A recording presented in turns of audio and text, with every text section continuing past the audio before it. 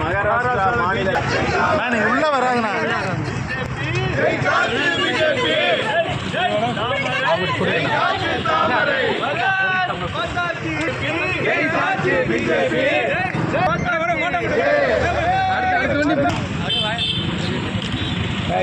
அப்படிங்க வருங்க.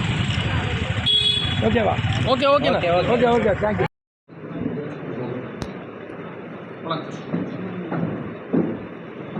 ஊடக நண்பர்களுக்கு வணக்கம். மகாராஷ்டிரா மற்றும் ஜார்க்கண்ட் மாநிலத்தினுடைய சட்டமன்ற தேர்தல் முடிவுகள் வெளியாகி இருக்கிறது. இதுவரை இல்லாத அளவு ஒரு மிகப்பெரிய வெற்றியை மகாராஷ்டிரா மக்கள் என்டிஏ கூட்டணிக்கு வழங்கி இருக்கிறார்கள். இதற்காக மகாராஷ்டிரத்து மக்கள் வாக்களித்த சகோதர சகோதரிகள் ஒவ்வொருவருக்கும் பாரதிய ஜனதா கட்சியின் சார்பில் எங்களுடைய மனப்பூர்வமான நன்றிகளை தெரிவித்துக் கொள்கிறோம். காங்கிரஸ் மற்றும் சிவசேனா, தேசியவாத காங்கிரஸ், இண்டி கூட்டணி அங்கு ஒரு மிகப்பெரிய தோல்வியை சந்தித்திருக்கிறது.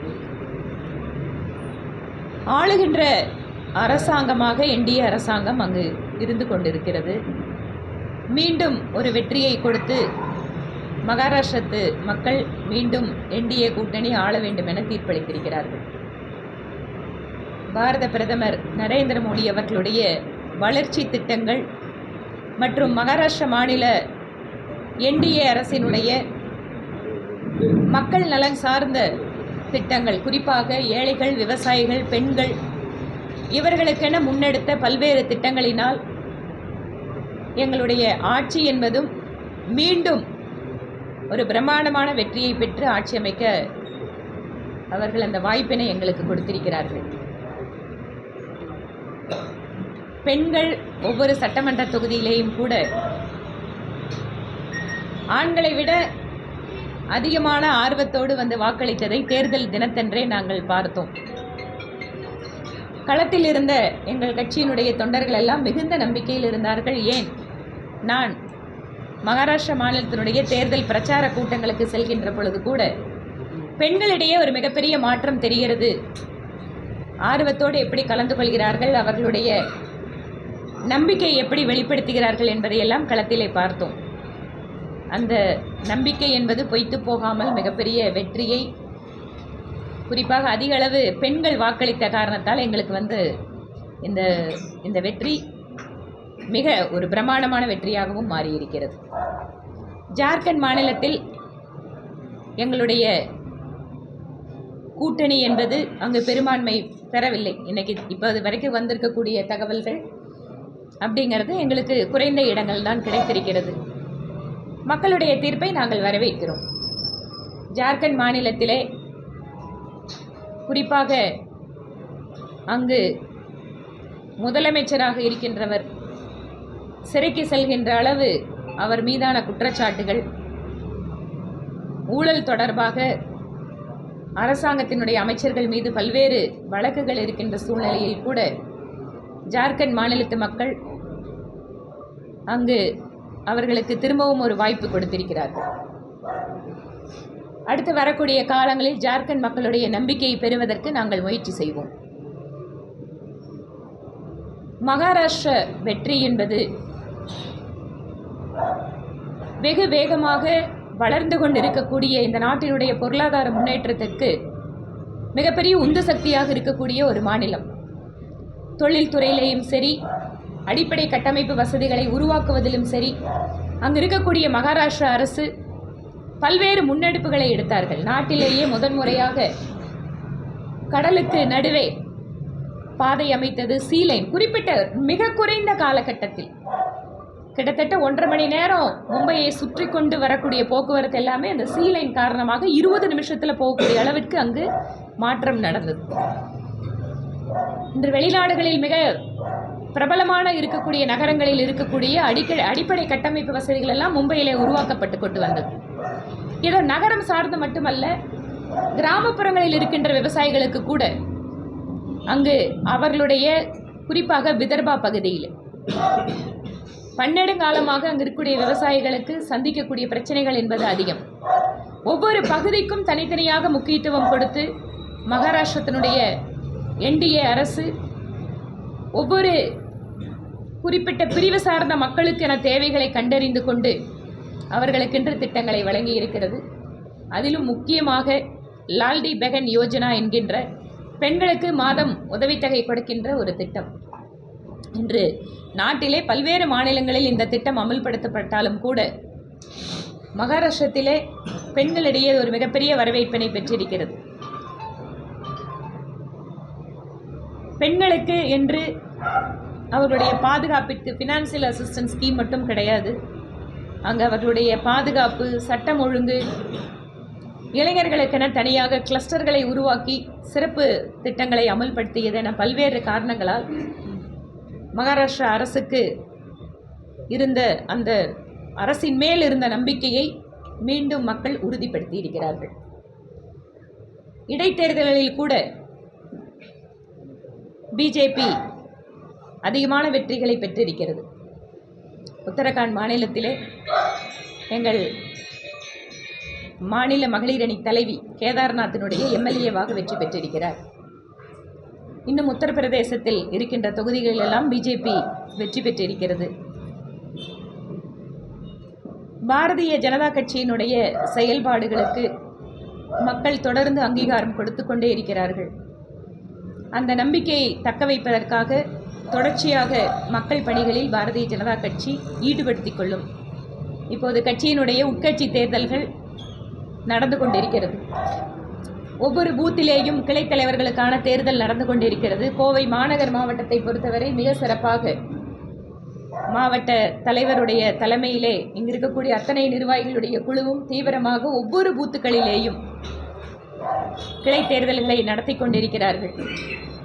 ஒவ்வொரு கிளையிலேயும் ஒரு ஆக்கப்பூர்வமான கிளை கமிட்டிகள் வாயிலாக மக்களை சந்திப்பதற்கும் மக்களுடைய பணிகளை மேற்கொள்வதற்கும் இந்த பூத் கமிட்டிகள் எங்களுக்கு உறுதுணையாக இருக்கும்.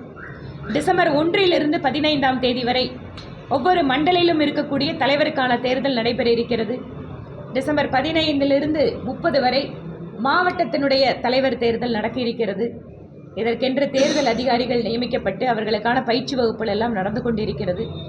முழு வீச்சிலே உலகத்திலேயே மிகப்பெரிய ஒரு கட்சி இன்று சைனாவில் இருக்கின்ற கம்யூனிஸ்ட் கட்சியை விட அதிகமான உறுப்பினர்களை பாரதிய ஜனதா கட்சி வைத்திருக்கிறது. கிட்டத்தட்ட இதுவரை 12 கோடிக்கு அருகில் உறுப்பினர்கள் இந்த கட்சியில் இணைந்திருக்கிறார்கள். உலகத்தினுடைய மிகப்பெரிய அரசியல் கட்சி ஜனநாயக ரீதியாக இயங்குவது என்பதே ஒரு மிகப்பெரிய சாதனை. அந்த வகையிலே இவ்வளவு அதிகமான உறுப்பினர்களை வைத்திருக்கக்கூடிய எங்கள் பிஜேபி கிளைகள் முதல் தேர்தல்களை ஜனநாயக ரீதியிலே நடத்தி வெற்றிகரமாக உலகத்திற்கே வழிகாட்டக்கூடிய வகையில் ஜனநாயகம் எப்படி உயிர்ப்புடன் இருக்கிறது என்பதை காட்டுவதற்கு எங்களுக்கு ஒரு நல்ல வாய்ப்பாக இது இருக்கிறது. பல்வேறு துறைகளில் இந்தியா உலக நாடுகளுக்கு வழிகாட்டி கொண்டிருக்கக்கூடிய இந்த சூழலில் குறிப்பாக மத்திய கிழக்கு நாடுகள் இன்னும் ஒரு குடும்பம் சார்ந்து இயங்குகின்ற பல்வேறு நாடுகளில் இருக்கின்ற அரசாங்கத்திற்கெல்லாம் கூட இந்தியாவினுடைய ஜனநாயகம் என்பது ஒரு வழிகாட்டுதலை கொடுக்கக்கூடிய அளவிற்கு பாரதிய ஜனதா கட்சியினுடைய உட்கட்சி ஜனநாயகம் என்பது உயிர்ப்போடு வழிகாட்டுகிறது. உங்களுக்கு ஏதாவது கேள்வி இருந்தால் கேட்கலாம். இவிஎம் மிஷின் விவகாரத்தில் வந்து தேர்தல் ஆணையத்தோட பாஜக வந்து துணையோடு இருக்குது அப்படின்னு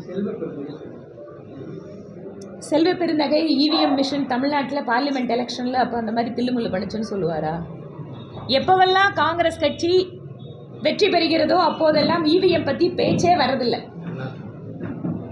ஆனால் எப்போதெல்லாம் அவர்கள் தோல்வி அடைகிறார்களோ அந்த அப்பாவி இவிஎம் மிஷின், வாயில்லாத மிஷின், அது பாவம் மாட்டிக்குது அவங்க கிட்ட.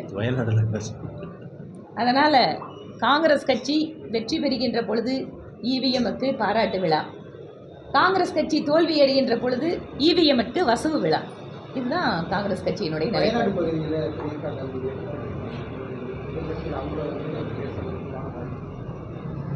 வயநாடு தொகுதியில் டெல்லியிலிருந்து வந்து ஒரு தலைவர் அந்த பகுதியில் வந்து போன முறை நின்னார்.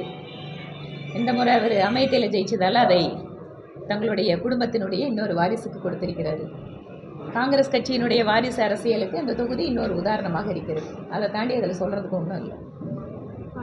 இந்த ஐடிபிஎல் திட்டம் சம்பந்தமாக தொடர்ச்சியான போராட்டம் நடந்து வருது. இன்றைக்கி கூட திருப்பூரில் மிகப்பெரிய போராட்டத்தை முன்னெடுத்துருக்காங்க. உங்கள்கிட்ட கூட இன்றைக்கி மனு கொடுத்துருக்காங்க. தொடர்ச்சியாக அவங்க போராட்டத்துக்கு மத்தியும் பணிகள் நடந்துகிட்டே தான் இருக்குது. இது சம்மந்தமாக நம்ம மத்திய அமைச்சர்கிட்ட ஏதாவது பேசுவோம்? மத்திய அமைச்சருக்கு நான் ஏற்கனவே இது தொடர்பான கடிதத்தை எழுதியிருக்கேன். அவரையும் தொடர்பு கொண்டு இந்த விஷயத்தை சொல்லியிருக்கிறோம். அதனால் மேற்கொண்டு அவர்களுக்கு என்ன உதவிகள் வேண்டுமோ அதை நிச்சயமாக பிஜேபி சார்பில் வந்து நாங்கள் செய்யறதுக்கு முயற்சி பண்ணுவோம். இது தொடர்பாக டிஸ்ட்ரிக்ட் கலெக்டர்கிட்டும் பேசணும் அப்படின்ட்டு இருக்கேன். ஏன்னா நான் இப்போ இன்றைக்கி மதியம் தான் வந்திருக்கேன். ஏன்னா பணம் கொடுக்காத நிலத்திற்கெல்லாம் கூட அவங்க வந்து உள்ள வேலைகளை ஆரம்பிப்பதாக இன்று என்னை சந்தித்த விவசாயிகள் சொன்னாங்க. நீங்கள் ஒரு லேண்டை அக்வயரே பண்ணாமல் அதில் எப்படி வந்து அவங்க வந்து ஒர்க் பண்ணுறாங்க அப்படிங்கிறது தெரியல. அவங்க லேண்ட் அக்வயரி கூட இல்லை, எங்கள்கிட்ட ஒரு கருத்து கேட்பு கூட நடத்தலை. 30 வருஷத்துக்கு முன்னாடி போடப்பட்ட குழாய் அந்த ரைட்ஸை வச்சுட்டு அதே இடங்களில் தான் இப்போ போடுறாங்க. ஒரு கருத்து கேட்பு கூட்டம் கூட மாவட்ட நிர்வாகமோ அரசோ வந்து செய்யவே இல்லை அப்படிங்கிற ஒரு ஆதங்கத்தை நிச்சயமாங்க அது ஒரு வந்து ரொம்ப நியாயமான விஷயம். விவசாயிகள் வந்து இன்றைக்கி வந்து அங்கே சொல்கிறதுங்கிறது மாநில அரசு நிலத்தை எடுத்து கொடுக்கின்ற பொழுது அங்கே கருத்து கேட்பு கூட்டங்களை நடத்தணும். அவங்களுக்கு வந்து செக்ஷனில் இருக்கக்கூடிய நோட்டீஸ் எல்லாமே கரெக்டாக கொடுக்கணும். அந்த காம்பன்சேஷன் அமௌண்ட்டு வந்து அவங்களுக்கு வந்து அவங்களோட பேங்க் அக்கௌண்ட்டில் வந்து கொடுக்கணும். இந்த மாதிரி நிறைய ப்ரொசீஜர் இருக்குது. ஒரு சென்ட்ரல் கவர்மெண்ட் வந்து ஒரு ப்ராஜெக்ட்டுக்கு நிலம் எடுக்கிறாங்கன்னு சொன்னால் நேரடியாக சென்ட்ரல் கவர்மெண்ட் எங்கேயுமே நிலத்தை எடுக்க முடியாது. மாநில அரசு அந்த நிலத்தை வந்து எடுத்து அவங்களுக்கு வந்து ஒப்படைச்சு பண்ணால தான் அதை பண்ண முடியும். அப்போ அந்த நிலத்தை எடுத்து ஒப்படைக்கும் போது சட்டம் வந்து சில வழிமுறைகளை சொல்லுது. விவசாயிகளுக்கு அந்த நோட்டீஸை ஃபஸ்ட்டு கொடுக்கணும் 4-1, அதுக்கப்புறம் 5A என்கொயரி நடத்தணும், 6 டிக்ளரேஷன் கொடுக்கணும். இந்த மாதிரி ஒவ்வொரு செக்ஷனும் வந்து ஒரு குறிப்பிட்ட வழிமுறையை சொல்லுது. ஆனால் இங்கே அந்த வழிமுறைகள் எதுவும் பின்பற்றப்படலைன்னு விவசாயிகள் சொல்லும்போது அது உண்மையாகவே ரொம்ப வேதனைக்குரிய விஷயம். இது தொடர்பாக மாவட்ட நிர்வாகத்தில் கலெக்டர்கிட்டும் அதை நான் தொடர்பாக பேசுகிறேன். மாநில அரசுகிட்ட அதாவது அமைச்சர்கிட்ட யாரையோ போய் பேசும்போது இது மத்திய அரசு சம்மந்தப்பட்டது, பாரத் பெட்ரோல் வந்து மத்திய நிறுவனம், நீங்கள் அவங்கள்ட்ட தான் பேசணும் அப்படிங்கிற ஒரு கருத்தை அவங்க முன்வைக்கிறது இல்லைங்க. இது வழக்கமாக தமிழ்நாட்டில் நடக்கிற விஷயம்தான். தங்களோட தோல்விகளுக்கு எல்லாமே மத்திய அரசை கைகாட்டி விட்டு மத்திய அரசோட பணத்தில் செயல்படக்கூடிய திட்டங்களை அவங்க பேரில் இதை நாங்கள் தான் பண்ணுறோன்னு சொல்கிறதுங்கிறது இங்கே இருக்கக்கூடிய திமுக அரசுக்கு இது ஒன்றும் புதிதல்ல. ஏனென்றால் தேர்தல் வந்தால் கூட அத்தனையும் பொய் பிரச்சாரம் பண்ணுவாங்க.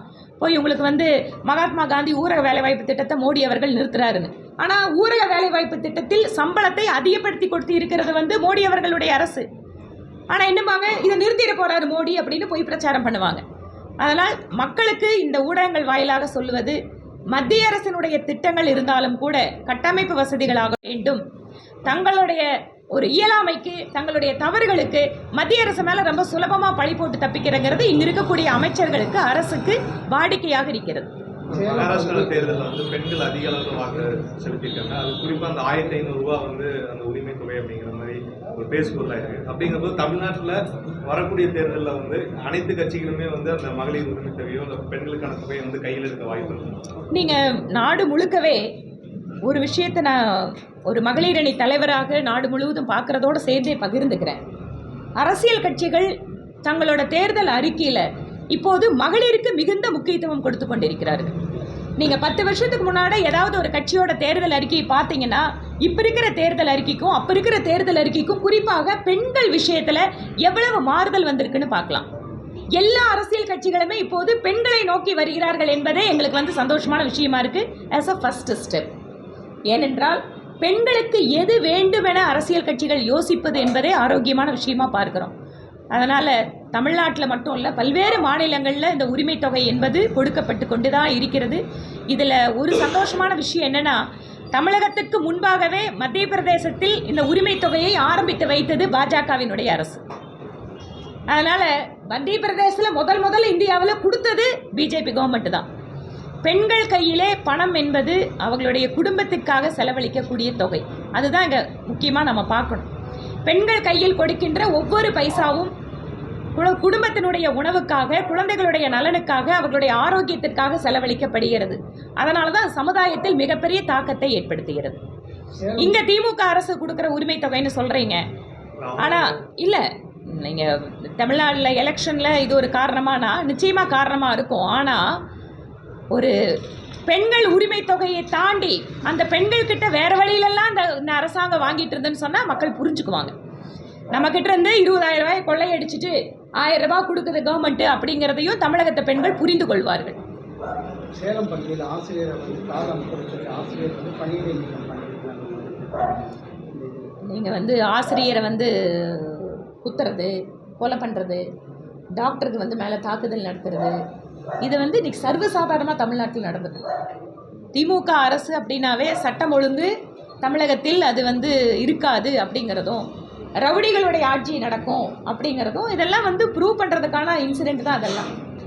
தமிழகத்தில் அமைதி பூங்கான்னு சொல்கிறது எல்லாமே திமுக அரசு வந்துச்சுன்னா அது அமைதி பூங்காலாம் வந்து அது வேறு மாதிரி பூங்காவாக மாறுது, ரவுடிகள் பூங்காவாக மாறிடுது. கேரளாவில் தொடர்ந்து பாஜக ஒரு பின்னடைவான சொல்றாங்க. கேரளாவில் நீங்கள் கிடைக்கல, வயநாட்டிலையும் கிடைக்கல அப்படிங்கிறது. கேரளாவில் இது பின்னடைவு அப்படின்னு சொல்ல முடியாது. கேரளாவோட டெமோக்ராஃபி உங்களுக்கு தெரியும். எந்த அளவிற்கு வந்து அங்கே ஒரு அரசியல் கட்சிகள், அதுவும் தேசியம் பேசுகின்ற அரசியல் கட்சிகள் கூட மதம் சார்ந்து இயங்கிக் கொண்டிருக்கிறார்கள் அப்படிங்கிறத பார்க்குறோம். அதனால் கேரளத்தில் இன்று நிலைமை மிகப்பெரிய அளவு மாற்றம் வந்திருக்கிறது. முதன்முறையாக பாராளுமன்ற தேர்தலில் பாரதிய ஜனதா கட்சி ஒரு எம்பியை பெற்று இன்றைக்கி வந்து திரிஷூர் எம்பி அப்படிங்கிறத மக்கள் தேர்ந்தெடுத்திருக்காங்க. இன்றைக்கு அதிகமான வாக்கு சதவீதம் வந்து நிறைய தொகுதிகளில் கொடுத்துருக்காங்க. அதனால் கேரளா என்பது வெகு வேகமாக பிஜேபிக்கு முன்னேறி கொண்டு இருக்கக்கூடிய மாநிலமாக இப்போது நாங்கள் பார்க்கிறோம். பாலக்காடுல கம்யூனிஸ்ட் 3வது இடம், பிஜேபிக்கு பிறகுதான் பிஜேபிக்கு பின்னால் தான். உத்தரப்பிரதேசத்துல கிடைச்சிருக்கு, மகாராஷ்டிரா பெரிய வெற்றி கிடைச்சிருக்கு. ஆளுகிற அரசு பின்னால் 3வது இடத்துல இருக்குதுங்களே. தென் மாநிலங்களில் பிஜேபி இப்போதுதான் வளர்ந்து கொண்டிருக்கிறது. நான் ஒன்றும் மாற்றமாக சொல்லலை. நாங்கள் இங்கே ஆளுங்கட்சியாக இருந்தோன்னு இங்கே சொல்கிறதுக்கு எங்களுக்கு இல்லை. கர்நாடகத்தை தாண்டி மீது எல்லா மாநிலங்களிலேயும் எங்களுடைய வாக்கு சதவீதத்தை நாங்கள் உயர்த்தி கொண்டே இருக்கிறோம். அது நம்பிக்கை அளிக்கக்கூடிய விதத்தில் இந்த வாக்கு சதவீதம் உயர்ந்து கொண்டிருக்கிறது. அதனால் தென்னிந்தியாவிலே வருங்காலம் என்பது பாரதிய ஜனதா கட்சிக்கு தான். அதில் எந்த மாற்றமும் கிடையாது. காலம் வேண்டுமானால் மாறுபடலாம், ஆனால் என்றாவது ஒரு நாள் தென்னிந்தியா முழுமையும் அத்தனை மாநிலங்களிலேயும் பிஜேபி ஆட்சி அமையப் போவது என்பது உறுதி. நாடாளுமன்றத்தில் கனிமொழி அவர்கள் பேசும்போது கர்ஜினி மொழி அப்படின்னு முதல்வர் சொல்லியிருக்கிறார். கனிமொழி நானும் மீடியாக்களில் பார்த்தேன். மாநிலத்தினுடைய முதலமைச்சர் எம்பிக்களுக்கு வந்து கடுமையாக பேச வேண்டும் என உத்தரவிட்டிருக்காரு. அப்படி கடுமையாக பேசுகிறதுல நாங்கள் எதிர்கொள்வதற்கு தயார். ஆனால்